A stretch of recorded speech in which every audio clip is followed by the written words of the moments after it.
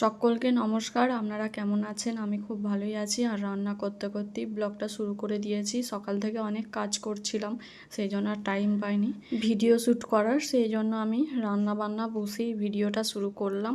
আর এদিকে ভাত বসিয়ে দিয়েছি, সব যা যা তরকারি হবে আনাজপাতি কাটা হয়ে গেছে। আজকে গ্যাসেই আমি তরকারি করব।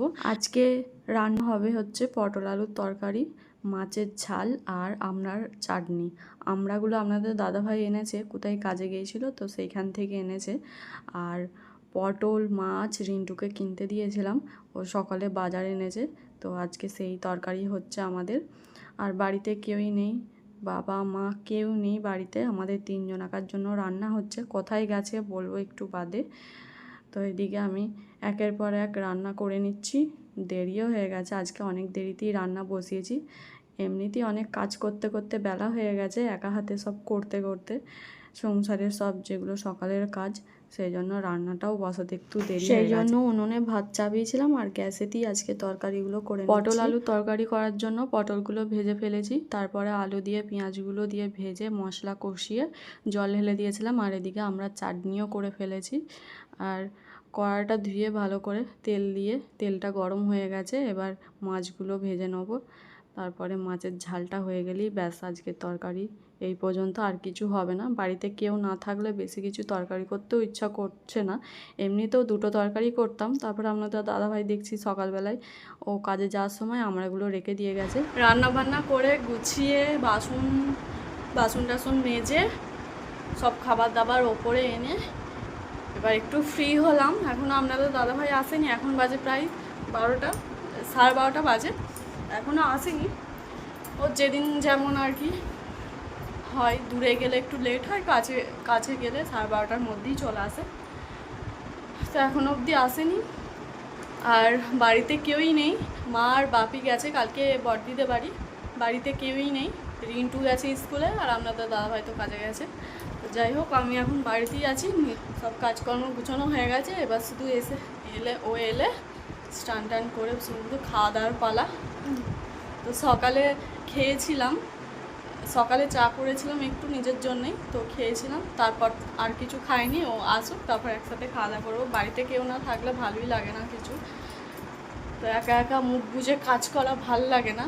তো যাই হোক, মা আর বাপি অনেক দিনই যায়নি বড়দিদের বাড়ি, কোনো দিদির বাড়িই যায়নি। মানে মেজদি বড়দিদের থেকে মানে ছোটদির বাড়িটা কাছে, তাই যেতে চায় না। তো অনেক কষ্ট করে অনেক কাণ্ড করে গেছে, অনেক দিন থেকেই বলছে বড়দিদি ওদের বাড়িতে যাওয়ার জন্য, ওনাদের বাড়িতে যাওয়ার জন্য। বাপির শরীরটা একটু ভালো আছে, সেই জন্য গেছে কালকেই। আর আমাদের তো কাজকর্ম সব হয়ে গেছে, ধান রোয়া হয়ে গেছে, এখন আর তেমন একটা কোনো কাজ নেই কিছু। সেই জন্য আমিও বললাম ঘুরে আসুন গা এই ফাঁকে। বাড়িতে তো সবসময় ভালো লাগে না থাকতে, তো বাপির শরীর খারাপের পর থেকে তেমন একটা কোথাও যাই না, ওই মাঝে সাঝেই যাই। তো গেছে, আমি কয়েকদিন থাকবে।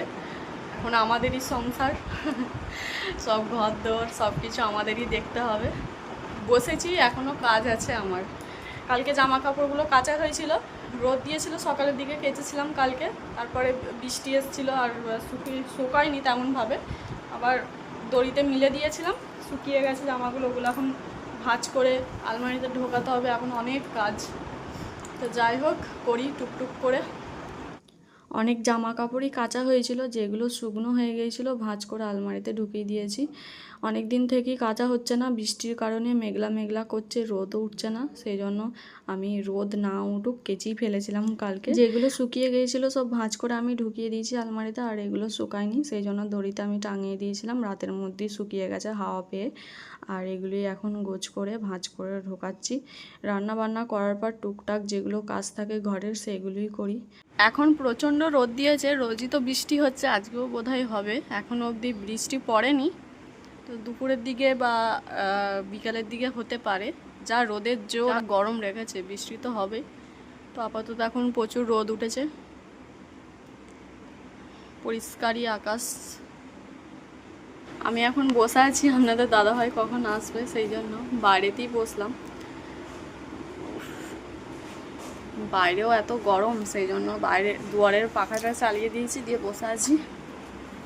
আর ঘরে বসে থাকলে কেউ তো নেই বাড়িতে, আর দরকারের জন্য যদি কেউ বাইরে থেকে ডাকে ঘর থেকে শোনা যায় না, সেই জন্য আমি বাইরেটাই বসে আছি। ধরো কেউ যদি হঠাৎ দরকার পড়লো ডাকলো, শোনা যায় না ঘরে, সেই জন্য বাইরেতেই বসলাম। ও আসুক, তারপরে খাওয়া দাওয়া হবে। কিছুক্ষণ অপেক্ষা করার পর আপনাদের দাদাভাই চলে এসেছিলো। আর আজকে অনেক দূরেই কাজে গিয়েছিলো, যার জন্য একটু লেটও হয়ে গেছে, প্রায় 1:30 2 বাজতে যায়। তো এসি স্নান টান করি, আমি ভাত বাড়লাম, তারপরে এই যে খেতে বসে পড়েছে দুজনে মিলে। খাওয়া দাওয়া করে একটু শুয়েছিলাম, আর এত গরম আজকে কি বলবো, ঘরে টেকাই যাচ্ছে না। আর আপনাদের দাদাভাই গেছে হচ্ছে ধান জমিতে জল দিতে, একটুও জল নেই ধানের জমিতে। এই সময় যদি না জল থাকে তাহলে মাটি একদম শক্ত হয়ে যাবে। কালকে বৃষ্টি হয়েছিল, তো জল একদম শুকিয়ে গেছে, তো সেই জন্য তাড়াতাড়ি আবার মেশিন নিয়ে চলে গেছে জমিতে জল দেওয়ার জন্য। আর আমি এই যে বাড়িতে কাজ বাগাই, বিকাল হয়ে গেছে প্রায়, বাইরে সব কাজ হয়ে গেছে। আর এখন এই যে ঘর দোরটা ঝাড় দিচ্ছি। কি অবস্থা, একদিকে ঝাড় দিচ্ছি আর একদিকে ভিডিও করছি। ঘর দোর ঝাড় দিয়ে আবার জল আনতে যাব কলতলায়, তাহলে বিকালের কাজকর্ম সব সারা হয়ে যাবে। আবার সন্ধ্যেবেলার কাজ আছে, সেগুলো করতে হবে সন্ধ্যের পর। মা থাকলে আমাদের জল আনতে হয় না আমাকে, মানে আমাদের বাড়িতে কল আছে কিন্তু ওই জল খেতে পারি না, খাওয়া যায় না গো, সেই জন্য আমরা কল থেকে আবার জল আনি, বাইরের কল থেকে। আর জল আনার জন্য এই যে চুলটা আঁচড়ে নিলাম, একটু রেডি হয়ে নিলাম, ঠিকঠাক হয়ে নিলাম। এবার যাই জলটা নিয়ে আসি, তাহলেই কাজ শেষ।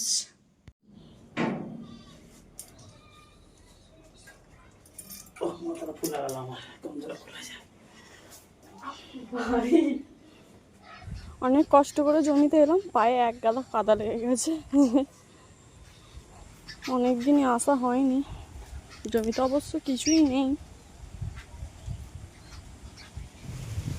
পাটা এখানে ধুই।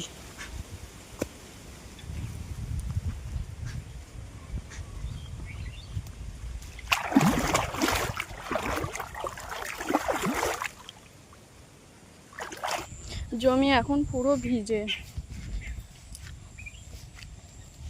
গোটা জমিতে ঘাস হয়ে গেছে।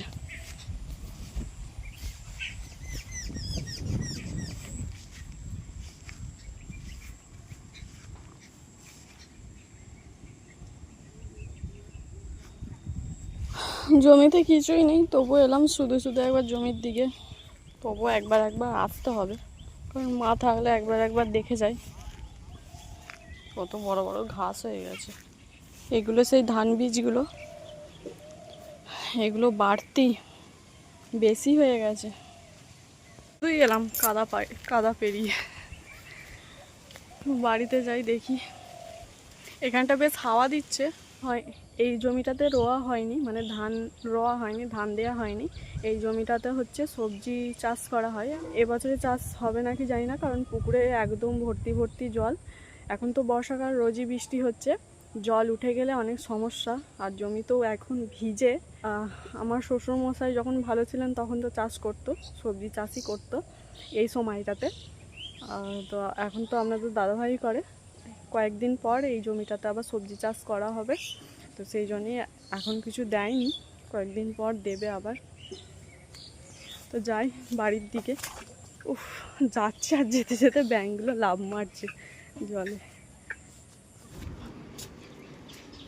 জমির থেকে এসে যে পেয়ারা খাচ্ছি বসে বসে এখন বাইরে। দুটো পেয়ারা ছাড়িয়েছি, এটা আছে, আর এই যে একটা খাচ্ছি নুন দিয়ে। আর কাজ নেই, কি করবো এবার বুঝতে পারছি না। সন্ধ্যের পর সন্ধ্যেটা দিয়ে ওই রাতের খাবার করে ব্যাস, আর কোনো কাজ নেই। এবার ছুটি, আবার কালকে সকাল থেকে কাজ তো সবসময়তেই আছে, করতে পারলেই হবে। পেয়ারা খাওয়া হয়ে গেল, আর এই যে ঘরে চলে এসেছি। আর আপনারা আমার এই গলায় এই লাল কার্ডটা দেখে অনেকেই জানতে চেয়েছেন কিসের জন্য পড়েছি বা কেন পড়েছি। তো এই লাল কার্ডটা আমি এমনি পড়িনি, এই যে এটার সাথে একটা রুদ্রাক্ষ পড়েছি, সেই জন্যই লাল কার্ডটা পরা, লাল কার্ডটা দিয়ে রুদ্রাক্ষটা পড়েছি বলে। কার্ডটা নিয়ে অনেকজনে অনেক কথা ভেবেছেন, আমাকে বলেওছেন কমেন্ট করে, কিন্তু ভাবাটা স্বাভাবিক লাল কার্ডটার জন্য। তো কিছুই না, এই রুদ্রাক্ষরটার জন্য আমি এই রুদ্রাক্ষরটার জন্য লাল কার্ডটা দিয়ে এটা পড়েছি বলে, সেই জন্য বা অনেকজনে জিজ্ঞেস করে, তো তাই বলে দিলাম। আজকের ব্লগটা এখানেই শেষ করছি, আবার কালকে সকাল থেকে ব্লগ শুরু করব নতুন। আজকের ব্লগটা জানি একটু ছোটোখাটো হলো, তো আজকের ব্লগটা একা একা আজকে সারাদিন আমার কেমন কাটলো সেটাই দেখালাম। তো আজকে এই পর্যন্তই, সবাই ভালো থাকবেন, সুস্থ থাকবেন, টাটা সবাইকে।